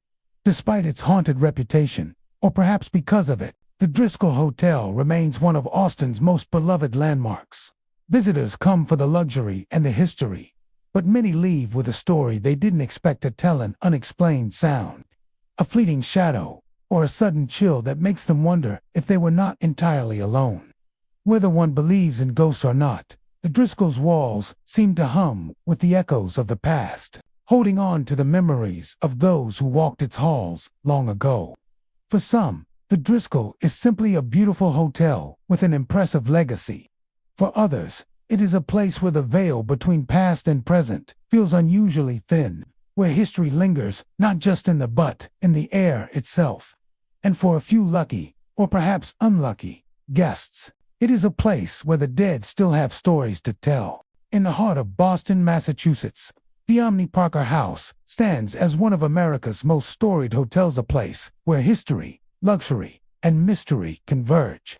Founded in 1855 by Harvey D. Parker, the hotel quickly became known for its elegance, fine dining, and as a gathering place for the city's most influential figures. Over the years, it has hosted statesmen, authors, celebrities, and royalty, but it has also developed a quieter, more unsettling reputation. It is said to be one of the most haunted hotels in the United States. Harvey D. Parker was a man deeply involved in the daily life of his hotel. He was known for greeting guests personally and ensuring their comfort down to the smallest detail. When he died in 1884, it seemed his connection to the Parker House did not end. Many guests and staff have reported seeing a well-dressed man matching Parker's description wandering the 10th floor, especially near room 1012. The apparition is often described as polite but silent, fading away before anyone can approach. Some believe Parker is still making his rounds, checking on the guests who stay under his roof. The hotel is also famous for its connection to literary history. The Saturday Club, which included figures like Ralph Waldo Emerson, Nathaniel Hawthorne, Henry Wadsworth Longfellow, and Charles Dickens, met regularly at the Parker House during the 19th century. It was here that Dickens gave his first American reading of A Christmas Carol. Guests have claimed to hear the faint scratch of a pen or the turning of pages in certain rooms long after midnight, as if the spirits of long-departed writers still linger, absorbed in their work. One of the most often told ghost stories involves the 3rd floor. It was on this floor that Charles Dickens stayed during his Boston visits, and some guests have reported feeling a sudden chill when walking the same hallway. In certain rooms, guests have awoken to find the rocking chairs moving slowly on their own, or the faint sound of an English accent reciting words from a bygone age. Whether these experiences are connected to Dickens himself or another spirit remains a matter of speculation. But the 3rd floor has earned a reputation among paranormal enthusiasts as a place of heightened activity. The elevators at the Omni Parker House have also played a role in its eerie reputation. One story tells of the elevator doors opening on the 3rd floor, even when no one has pressed a button. Guests have stepped out only to find the hallway completely empty, the atmosphere heavy and still. On more than one occasion, the elevator has stopped inexplicably on the 10th floor, the same floor associated with Harvey Parker's ghost without any calls registered. Room 303 has its own unsettling history. For decades, it was the subject of strange reports from guests and housekeeping staff. Stories tell of a long-term resident in the mid-20th century, a man who kept to himself and was known for his heavy drinking. It's said he died in the room under mysterious circumstances. Afterward, guests complained of strange smells, most often the scent of whiskey and cigar smoke, along with unexplained knocking on the door and walls. Some even claimed to hear faint laughter late at night. Eventually, the hotel converted room 303 into a storage space, though the strange occurrences in that part of the building have continued. The mezzanine level of the hotel has also been linked to ghostly encounters. Staff have spoken of hearing footsteps pacing the empty ballroom late at night, the sound of clinking glasses and muted conversation drifting from rooms that are dark and locked. One security guard recounted hearing the faint strains of piano music coming from the ballroom after closing hours. But when he entered, the room was silent and empty, with the piano lid closed. Throughout the hotel, there are smaller, subtler signs that something beyond the ordinary may be at work. Guests have found items in their rooms mysteriously moved from where they left them. Doors have been known to open or close on their own, and lights sometimes flicker without any electrical cause. In certain hallways, the air suddenly grows cold, even in the middle of summer, and those who pass through often describe the feeling of being watched. The Omni Parker House's haunted reputation is amplified by its deep connection to Boston's history. Located along the Freedom Trail, it has been a silent witness to countless moments in the city's and the nation's past. During the Civil War era, the hotel hosted political gatherings and strategy meetings. Some guests claim to have heard the faint sound of marching boots or muffled voices from behind closed doors, as if echoes from the 19th century still drift through its corridors. Even the hotel's famous restaurant and bar seem to have their share of ghostly patrons. Staff have reported seeing figures seated at tables long after closing time, only for them to vanish when approached. The scent of fresh-baked Parker House rolls sometimes wafts through the air at odd hours, when the kitchen is dark and silent. Over the years, the Omni Parker House has welcomed paranormal investigators eager to explore its many ghost stories. Some have recorded unexplained voices on audio equipment, captured strange shadows on video, or experienced sudden drops in temperature. While skeptics point to the age of the building and the power of suggestion, the sheer number of consistent reports from guests and employees over decades is difficult to dismiss entirely. The staff, while professional and discreet, often acknowledge that the stories are part of the hotel's character. Many say the spirits are not threatening, but rather part of the Parker House's rich legacy. In fact, some guests come specifically to experience the paranormal side of the hotel, requesting rooms with the most ghostly activity. Today, the Omni Parker House continues to operate as one of Boston's most prestigious hotels, seamlessly blending old-world elegance with modern comfort. Its plush furnishings, glittering chandeliers, and warm hospitality attract visitors from around the globe. But beneath the charm lies a deeper, more mysterious layer, one where the past refuses to fade, and where some guests may be unseen, yet ever present. Those who walk its halls late at night may find themselves catching the faint whiff of cigar smoke, hearing the echo of a piano, or feeling the gentle brush of an invisible presence just beyond the reach of the light. In the Omni Parker House, history is alive in more ways than one, and the stories it holds are as enduring as the city itself. In downtown Portland, Oregon, the Heathman Hotel stands as an elegant reminder of the city's roaring 1920s prosperity. Built in 1927, it was designed as a symbol of luxury, attracting wealthy travelers, celebrities, and influential figures. Its distinctive brick exterior, stately lobby, and refined guest rooms made it an immediate favorite among the elite. But as decades passed, the hotel gained another, far more mysterious reputation. Today, the Heathman is known not only for its hospitality, but also for the strange and chilling events that have made it one of Portland's most haunted landmarks. The Heathman Hotel has an unusual architectural feature that some believe contributes to its supernatural activity. The original building's rooms are stacked in a precise vertical alignment from floor to floor. Paranormal enthusiasts have noted that many of the strange experiences reported in the hotel occur in rooms ending with the same number, directly above or below one another, as if a haunting could travel in a straight line through the building's structure. Guests in these rooms have told remarkably similar descriptions of shadowy figures, sudden chills, and unexplained noises, despite being strangers who stayed years apart. One of the most common experiences involves guests waking in the middle of the night to find a figure standing at the foot of the bed. Often, this figure is described as a man in old-fashioned clothing, wearing a suit and hat with indistinct facial features. He does not speak or move, simply watching for a few moments before vanishing.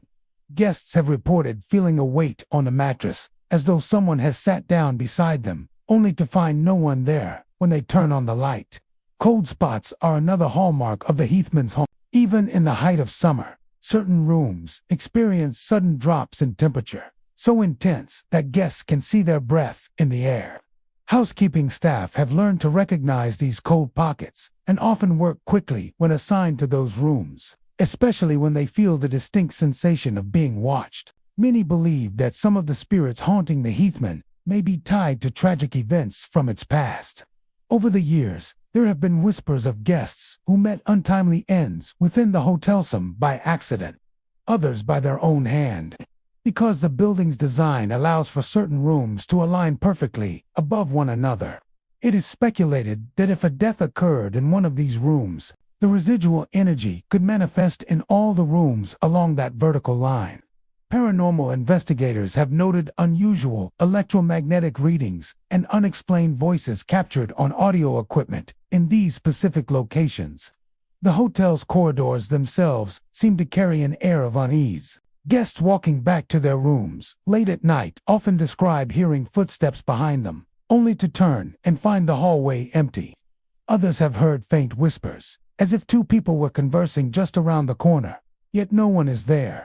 On certain floors, security cameras have allegedly picked up movement when no guests were checked into those rooms. One particular story that resurfaces often involves room 703. Guests who have stayed there have reported everything from flickering lights to their belongings being moved during the night.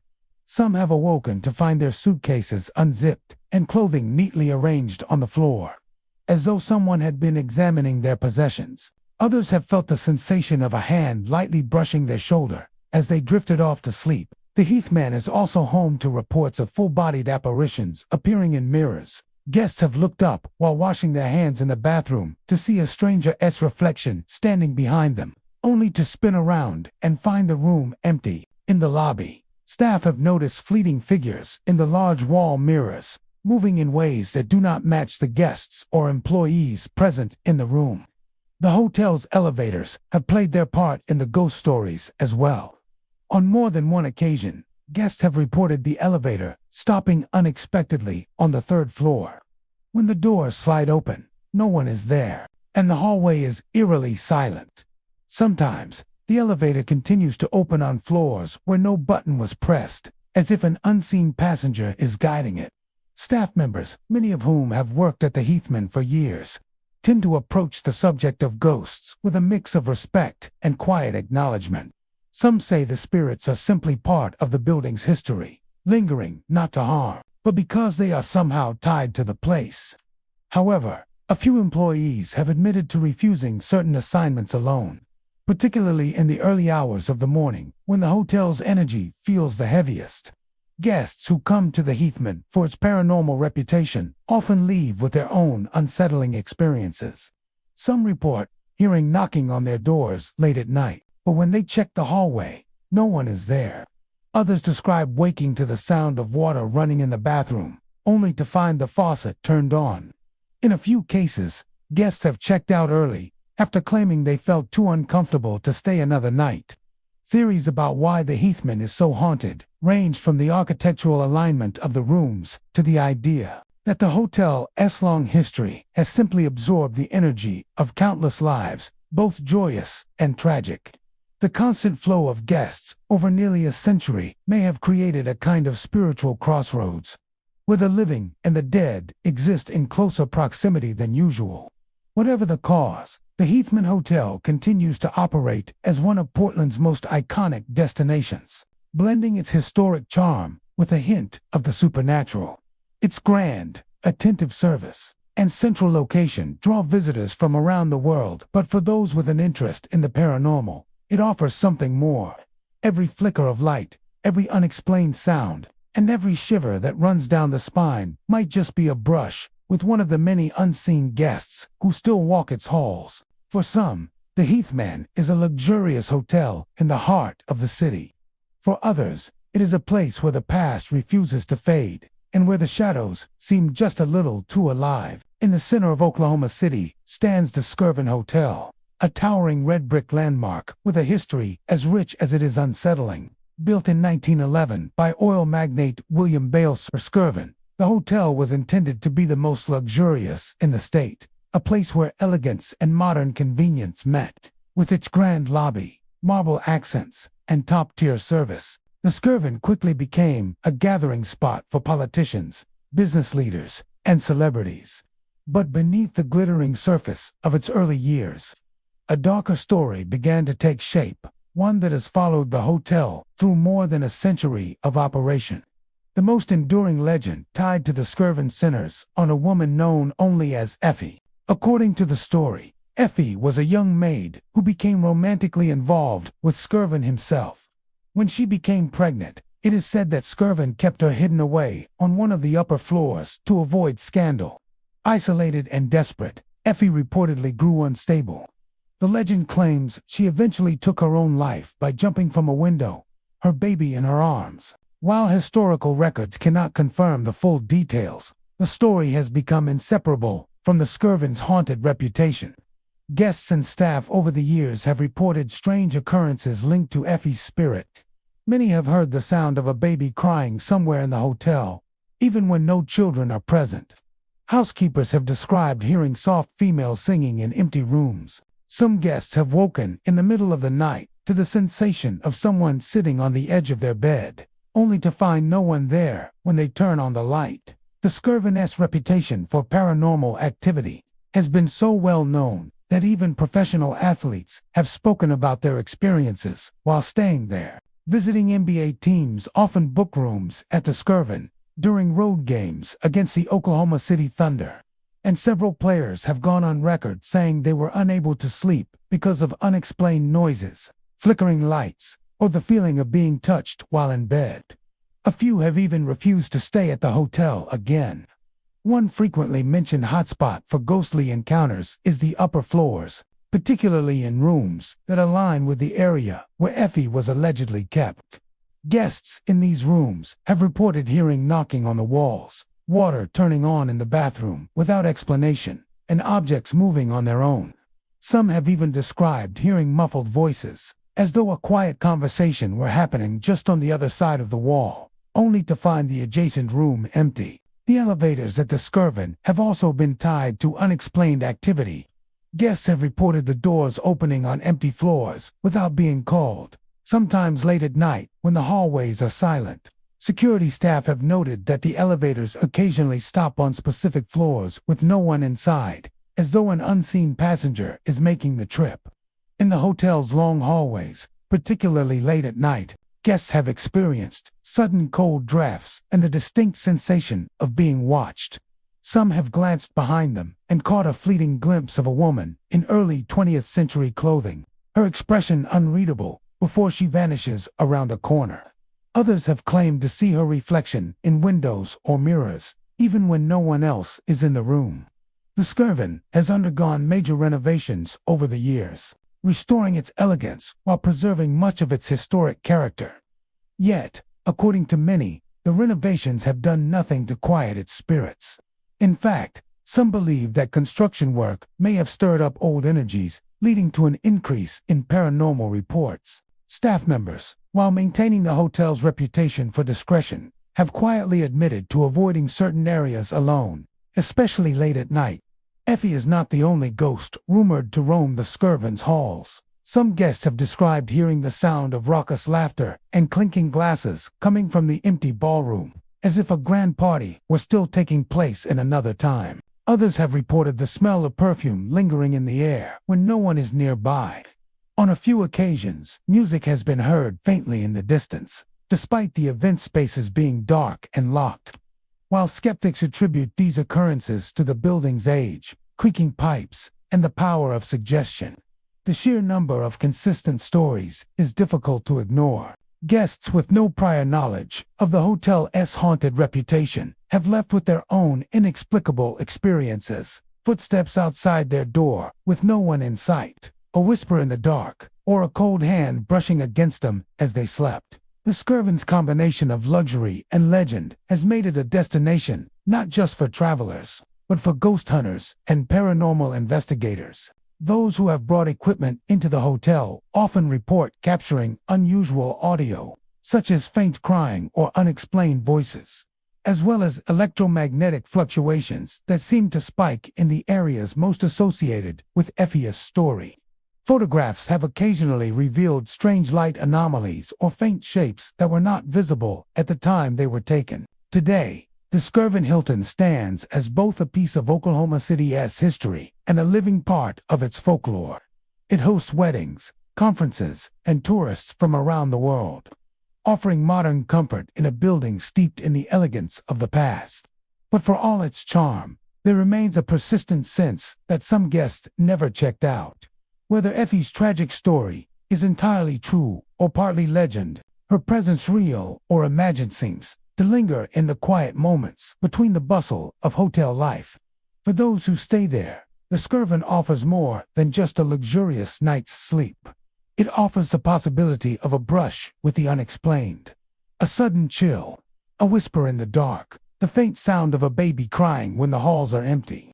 And whether these experiences are the product of restless spirits or the power of suggestion, one thing is certain: the Skirvin Hotel's haunted legacy has become as much a part of its identity as its grand architecture and storied past. In its elegant rooms and shadowed hallways, the line between history and legend blurs, leaving guests to wonder just who or what might be sharing the space with them. In the heart of downtown Flagstaff, Arizona, the Hotel Monte Vista has stood as a proud landmark since its grand opening in 1927.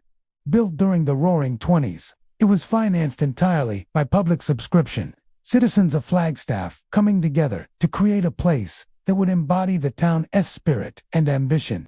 The hotel quickly became a hub of activity, hosting travelers, celebrities, and locals alike. Over the decades, its walls have absorbed laughter, music, and conversation. But they have also been witness to tragedies, violence, and unexplained events that have left behind something more than just memories. The Monte Vista's history is peppered with colorful and sometimes dark episodes. During Prohibition, the hotel's cocktail lounge operated as a speakeasy, drawing in patrons looking for a stiff drink and a good time. In the decades that followed, it hosted a steady stream of Hollywood stars filming westerns in nearby desert landscapes, names like Humphrey Bogart, John Wayne, and Bing Crosby. However, behind the glitz and glamour, strange incidents began to emerge, and whispers of hauntings became part of the hotel's reputation.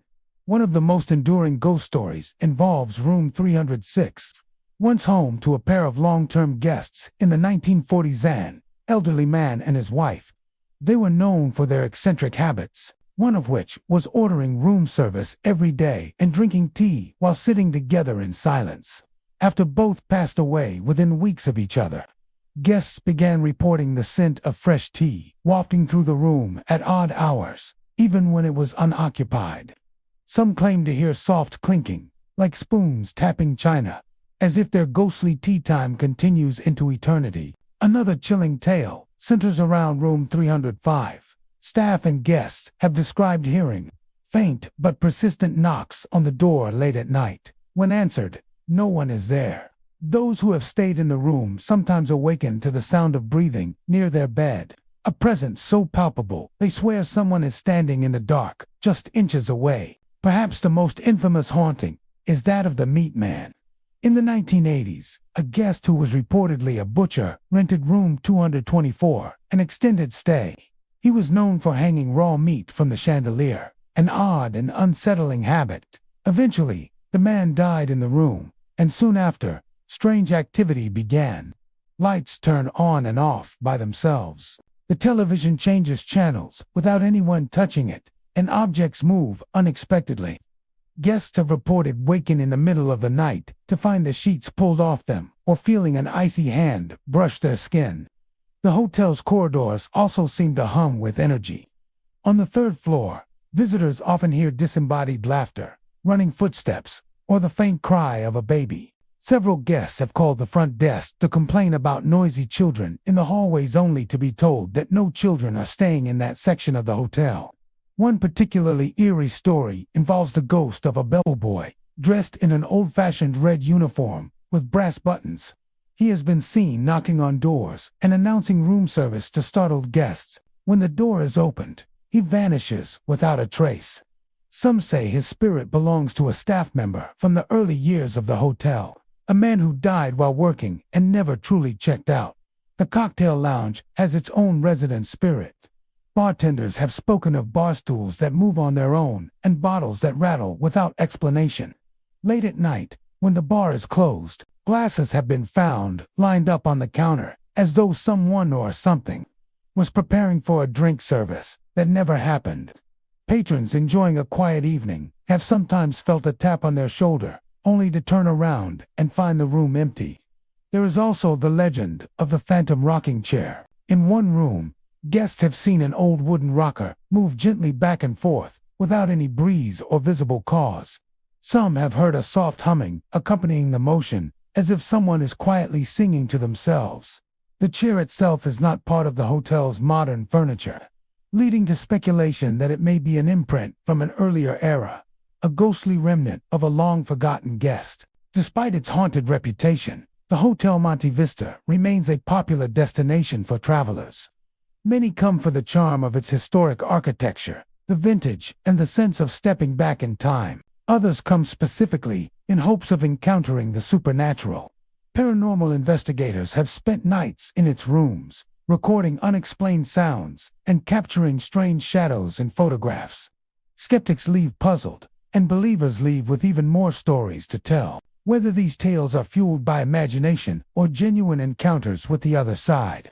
The Monte Vista continues to embrace its ghostly lore. The staff is well-versed in the hotel's haunted history and often shares stories with curious guests. In Flagstaff, the hotel's name has become synonymous with both historic elegance and the lingering presence of those who refuse to leave. For nearly a century, the Hotel Monte Vista has been more than just a place to rest. It has been a gathering spot for the living and, perhaps, the dead. Its walls hold echoes of laughter, whispers, and footsteps that may never fade. And for those who dare to spend the night, it offers the possibility of sharing space with the past in all its mysterious and chilling forms.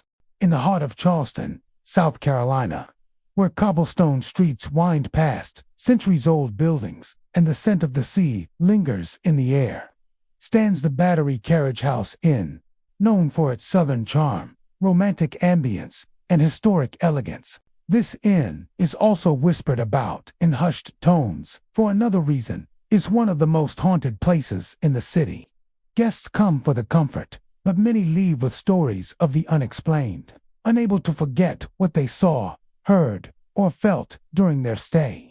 The building itself dates back to the mid-19th century, constructed as a private residence for a wealthy Charleston family. Over time, it witnessed the turbulence of the Civil War, the slow rebuilding of the city, and the changing fortunes of its owners. By the time it was transformed into an inn, the walls had already absorbed generations of stories, some happy, others far darker. The inn's location on the Battery places it among Charleston's most historically significant spots. The waterfront area was once a defensive seawall, an artillery battery during the Civil War, and its surrounding homes often served as makeshift hospitals. With such a deep connection to the past, it is no wonder the Battery Carriage House Inn has a reputation for housing restless spirits. Perhaps the most famous of its ghostly residents is known as the Gentleman Ghost. Guests often describe waking in the night to find a well-dressed man standing at the foot of their bed or seated quietly in a nearby chair. He does not speak, nor does he seem threatening. Instead, he simply watches with an air of melancholy before fading into nothingness. Some speculate he is the lingering spirit of a former owner or guest, bound to the inn by a deep, unresolved sadness. Others think he might be a Confederate officer who once stayed here during the war, still keeping a silent vigil over the property. Another, far more unsettling presence is known as the Headless Torso. Guests unlucky enough to encounter this apparition report waking in terror to see the figure of a man, headless and hovering above their bed. His form appears solid, his clothes ragged and stained, but the gaping emptiness where his head should be makes the sight horrifying. Many believe this spirit could be tied to Charleston's violent past, possibly the victim of an execution or battlefield injury, doomed to forever roam without rest. The appearance of this ghost is often accompanied by a heavy, oppressive feeling in the room, as if the air itself has thickened. While these two entities are the most well-known, they are far from the only unexplained phenomena reported at the Battery Carriage House Inn. Guests have heard footsteps in empty hallways, the faint clink of glasses in unoccupied rooms, and the creak of a mattress as if someone invisible has just sat down beside them. Doors open and close without cause, and sudden drops in temperature chill the air even in the heat of a Charleston summer. One particularly unnerving story comes from a couple who stayed in room 8, considered one of the most haunted in the inn. They reported being awakened in the middle of the night by the sound of deep, labored breathing coming from just inches away from their faces. When they turned on the light, there was no one there, but the next morning, they discovered the bedspread rumpled and indented in a way that suggested someone had lain between them. Another guest recounted falling asleep to the sound of rain tapping against a window, only to awaken in complete silence and see the shadow of a man pacing the room. The shadow had no source. There was no one else in the room, and no light from which such a silhouette could have been cast. As soon as the guest sat up, the figure vanished. Even the staff at the inn have their own tales to tell. Housekeepers have reported feeling watched while cleaning certain rooms, especially the ones most frequently associated with ghost sightings. Some refuse to enter these rooms alone. Others have had their cleaning carts inexplicably moved, or found items they had just arranged neatly scattered across the floor moments later. The inn's owners acknowledge its haunted reputation, but emphasize that most of the spirits seem benign, if unnerving. Many guests actually request to stay in the haunted rooms, hoping to catch a glimpse of the gentleman ghost or experience one of the inn's famous late-night disturbances. Paranormal investigators have visited over the years, capturing odd temperature fluctuations, electronic voice phenomena, and even shadowy figures on camera. Some believe the hauntings are tied to the building's long history, while others think the spirits may be connected to the land itself. Charleston's Battery area has seen centuries of human drama, war, love, tragedy, and rebirth, and those emotions may have left an imprint, replaying themselves like echoes that refuse to fade. Whatever the truth, the Battery Carriage House Inn remains a place where history and the supernatural blend seamlessly. Its elegant facade and welcoming hospitality make it a beloved Charleston landmark, while its spectral residents ensure that it will never be just another pretty inn by the sea. Guests who come for the charm often leave with something far more lasting, a story they will tell for the rest of their lives, of a night when the past seemed to awaken and walk beside them. For some, it is a thrill. For others, a source of sleepless nights. But for the inn itself, it is simply part of what it has always been. A place where the living and the dead share the same roof, bound together by time, memory, and the mystery of what lingers when life has passed. The Red Lion in Stockbridge, Massachusetts, is a place where history and legend intertwine so closely that it is often difficult to tell one from the other. Established in 1773, The inn has stood witness to centuries of American life, from the Revolutionary War to the modern era. Its white clapboard facade, welcoming porch lined with rocking chairs, and warm, flickering lanterns suggest the charm of a classic New England retreat. But behind its quaint exterior lies a reputation for hauntings that has made it one of the most famous paranormal destinations in the region. Guests and staff alike have long reported strange occurrences, often tied to the inn's long and storied past. The inn began as a small tavern and stagecoach stop owned by Silas and Anna Bingham. It quickly became a central gathering place for locals, travelers, and even revolutionaries plotting independence from British rule. Over the years, it expanded into a full inn, welcoming countless visitors, including notable figures such as Nathaniel Hawthorne and even several U.S. presidents. Yet, its longevity also meant it bore witness to tragedy, fires, illnesses, and untimely deaths that left their mark not only in the records of history, but, some believe, in the very atmosphere of the building. One of the most frequently mentioned spirits is that of a woman said to be the ghost of a long-ago guest. She is most often seen in room 301, a space considered the inn's paranormal hotspot, described as wearing a long, pale gowns, sometimes mistaken for a bridal dress. She appears silently, often at the foot of the bed. Guests have woken to find her staring at them with a calm but unsettling expression, only for her to vanish in an instant. Some speculate she was a bride-to-be who died tragically on her wedding day. Others believe she may have been a heartbroken traveler who took her own life at the inn. Whatever her true identity, her presence leaves an unshakable sense of sorrow in the air. Room 301 isn't the only place where the unexplained happens.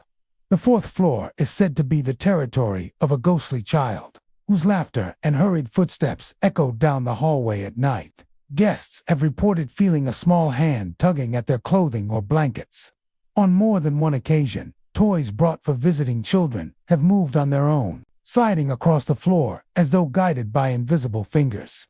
Staff members, accustomed to the occasional flicker of lights or cold draft, say the child's playful spirit is harmless, though his presence can be unnerving to the unprepared. Perhaps the most unnerving reports involve the shadowy male figure that sometimes appears in the hallway outside certain rooms.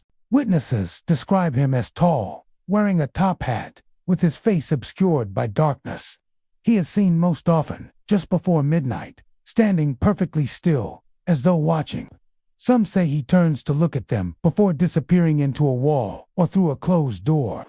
No records match his description exactly, but theories range from a 19th century businessman who died during his stay to a former owner of the inn who still oversees his property from beyond the grave.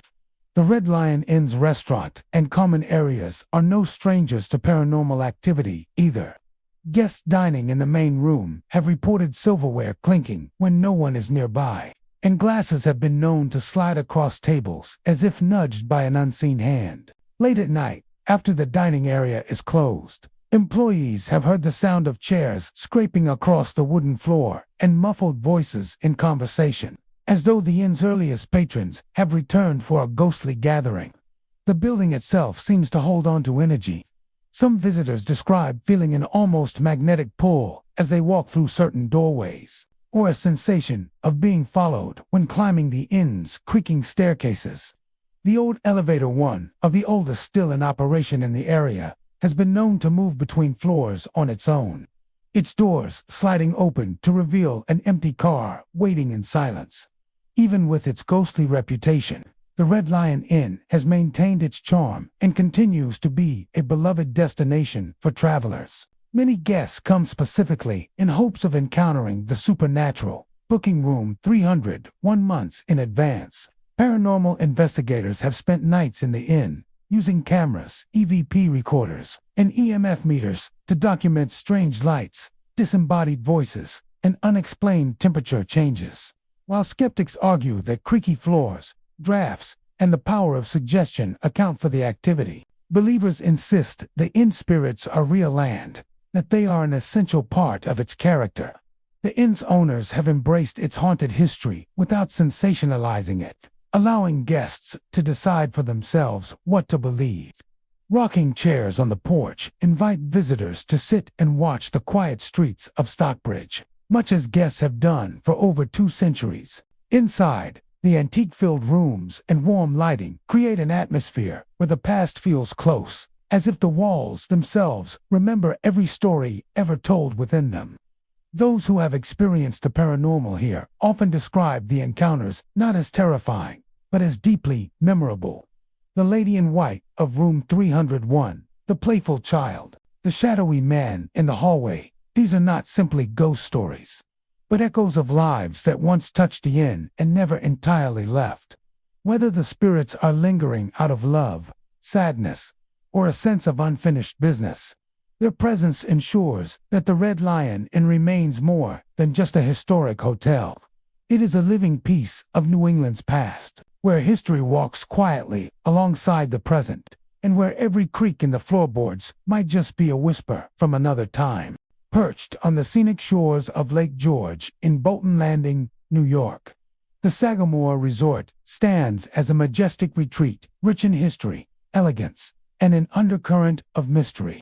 Since opening its doors in 1883, the Sagamore has welcomed guests from around the world, seeking the tranquility of the Adirondacks, combined with the luxury of a grand hotel. Its sprawling campus, surrounded by towering pines and overlooking crystal-clear waters, offers an escape from everyday life. But beneath the serene beauty of the resort lies a darker tapestry of ghost stories and unexplained phenomena that has intrigued visitors and staff for decades. Originally constructed by the Delaware and Hudson Railroad as a destination for the wealthy elite, the Sagamore was envisioned as a place where the upper class could enjoy leisurely summers amid nature's splendor. Its impressive Victorian architecture, adorned with intricate woodwork and expansive verandas, quickly made it an icon of Gilded Age opulence. However, as the years passed, tales of spectral sightings and eerie experiences began to emerge, adding a new dimension to the resort's legacy. One of the most famous apparitions associated with the Sagamore is that of a woman known only as the Lady in White. Sightings of her date back to the early 1900s, when she was said to be a frequent guest at the resort. According to legend, she was a bride-to-be whose wedding day was tragically cut short when her died in an accident, just days before their planned ceremony. Heartbroken, she is said to have wandered the halls of the Sagamore, dressed in her wedding gown, searching endlessly for her lost love. Guests and employees have reported seeing a figure dressed in white gliding silently through the corridors late at night. Some have described her as appearing translucent, her eyes filled with sorrow. On several occasions, visitors have encountered her near the grand staircase or along the lakeside pathways, only to have her vanish before their eyes. It is said that her presence is accompanied by a sudden drop in temperature and the faint scent of lily, her favorite flower. Another well-known ghost story involves the resort's historic dining room. On occasion, diners have heard the sound of soft piano music drifting through the air when no musician is present. Others have reported hearing the clinking of glasses and the murmur of voices, as if a party from a bygone era were still taking place. Employees working late shifts have sometimes caught glimpses of shadowy figures seated at the long tables, only to find the room empty moments later. These unexplained sounds and visions have been linked to a lavish gala held at the Sagamore in the early 20th century, which ended abruptly due to an unforeseen tragedy. The resort's proximity to the lake adds to the mystique. Several guests have shared stories of hearing splashing or the sound of a boat drifting along the shore at odd hours. Despite no vessels being in the area, some have reported seeing flickering lights on the water, which vanish when approached. These phenomena are often attributed to the restless spirits of those who perished in the lake over the centuries, or perhaps to the lingering energies of past celebrations. One of the most chilling tales comes from room 208, where numerous guests have reported strange occurrences. Lights flicker unpredictably, and electronic devices malfunction without explanation. Some guests awaken in the middle of the night feeling an unseen presence watching them, or find their belongings inexplicably moved. The room is said to be one of the most active paranormal hotspots in the resort, with a history that includes several mysterious deaths and unexplained incidents. The Sagamore's extensive grounds also hold their share of ghostly lore. The resort's original caretaker is said to haunt the gardens, where visitors have seen the figure of an elderly man tending to the flower beds long after sunset.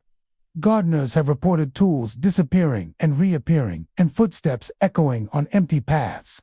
Campers in nearby areas have occasionally heard distant voices calling out, only to find the woods silent. Even the staff at the Sagamore acknowledge the hotel's supernatural reputation, often sharing stories during quiet moments. Housekeepers have recounted finding doors unlocked or lights turned on in vacant rooms, while maintenance crews have experienced tools mysteriously rearranged. While some employees remain skeptical, others embrace the ghostly folklore as part of the resort's unique character. Paranormal investigators have visited the Sagamore multiple times, capturing unexplained electromagnetic fluctuations, unexplained voices on audio recordings, and even shadow figures on video. Their findings have fueled further interest in the resort's haunted history, attracting thrill seekers and ghost hunters hoping to experience its mysteries firsthand. Despite these eerie tales, the Sagamore Resort continues to thrive as a premier destination, balancing its historic charm with modern luxury.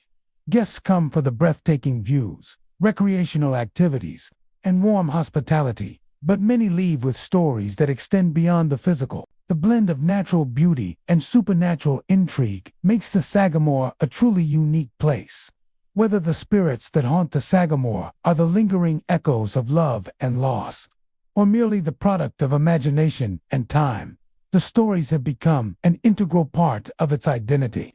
The resort invites visitors to step into a world where past and present intertwine, a place where the calm waters of Lake George hide secrets beneath their surface, and where the ghosts of history still walk quietly through the halls.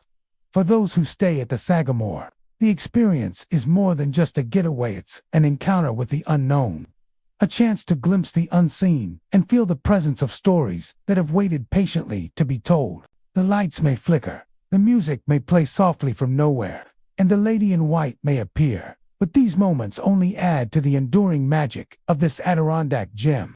The Sagamore Resort remains a testament to history's lasting impression, a sanctuary where elegance meets enigma, and where every visitor becomes part of a story that stretches beyond time itself. The Sagamore Resort, nestled on the picturesque shores of Lake George in Bolton Landing, New York, has been a beacon of elegance and history since it first opened its doors in 1883. With its stately Victorian architecture, sprawling verandas, and breathtaking views of the Adirondack Mountains, the resort has long been a favored destination for travelers seeking luxury amid nature's splendor. Yet beneath its grand facade and tranquil setting lies a tapestry of stories, some filled with joy and celebration, others marked by tragedy and mystery.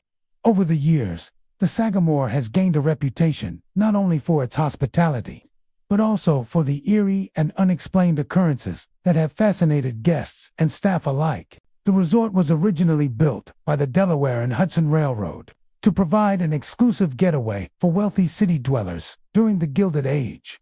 Its lavish design and sophisticated amenities quickly made it a social hub for the elite. From presidents to celebrities, many prominent figures have enjoyed its hospitality. However, with such a long and storied history, it is perhaps unsurprising that tales of the supernatural have become entwined with the resort's identity. One of the most enduring legends is that of the Lady in White, a spectral figure said to roam the hallways and grounds. According to local lore, she was a bride whose happiness was shattered when her died suddenly just days before their wedding. Heartbroken, she is believed to have wandered the resort, dressed in her wedding gown, searching endlessly for the love she lost. Guests and employees have reported seeing a pale woman in white gliding silently through the corridors or standing near the grand staircase, her eyes filled with sorrow. Many who have encountered her mention a sudden chill in the air and the delicate scent of lilies, a flower often associated with funerals and mourning. The Lady in White is not the only ghostly presence reported at the Sagamore.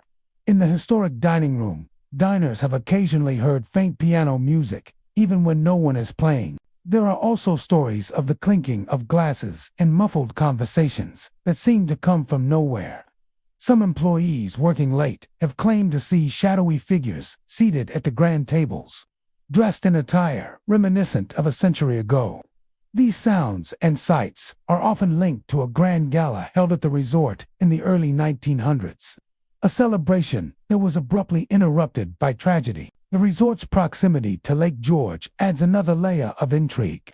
Several guests have described hearing splashing noises near the water late at night, despite there being no boats or swimmers around. Flickering lights have been seen dancing on the lake's surface, disappearing when approached. Locals speculate these phenomena may be echoes of past events, or perhaps restless spirits connected to the lake's history. Room 208 is frequently mentioned in ghost stories. Guests who have stayed there often speak of lights flickering inexplicably, electronic devices malfunctioning, and the unsettling feeling of being watched. Some have reported waking to find their belongings moved, or sensing an invisible presence beside their bed. The room's history includes several unexplained deaths, fueling speculation that restless energies linger within its walls. The Sagamore's extensive grounds and gardens also host their share of ghostly tales. Staff and visitors have reported seeing the figure of an elderly man tending to the flower beds after dark. Gardeners speak of tools mysteriously moving or vanishing, while campers in nearby woods sometimes hear distant voices calling out in the night. This caretaker is believed to be a former employee whose dedication to the resort extended beyond his lifetime. Employees themselves have numerous stories of strange happenings. Housekeepers often find rooms where lights turn on and off without explanation, and maintenance crews have encountered tools arranged in odd patterns. While some staff members view these incidents skeptically, many embrace the hauntings as part of the Sagamore's unique character. Paranormal investigators have visited the resort multiple times, capturing unexplained electromagnetic fluctuations, ghostly voices on recordings, and even shadow figures on camera. These investigations have increased the resort's allure, drawing ghost hunters and curious tourists eager to experience the mysteries firsthand. Despite its haunted reputation, the Sagamore continues to be a premier destination known for its natural beauty, recreational opportunities, and warm hospitality.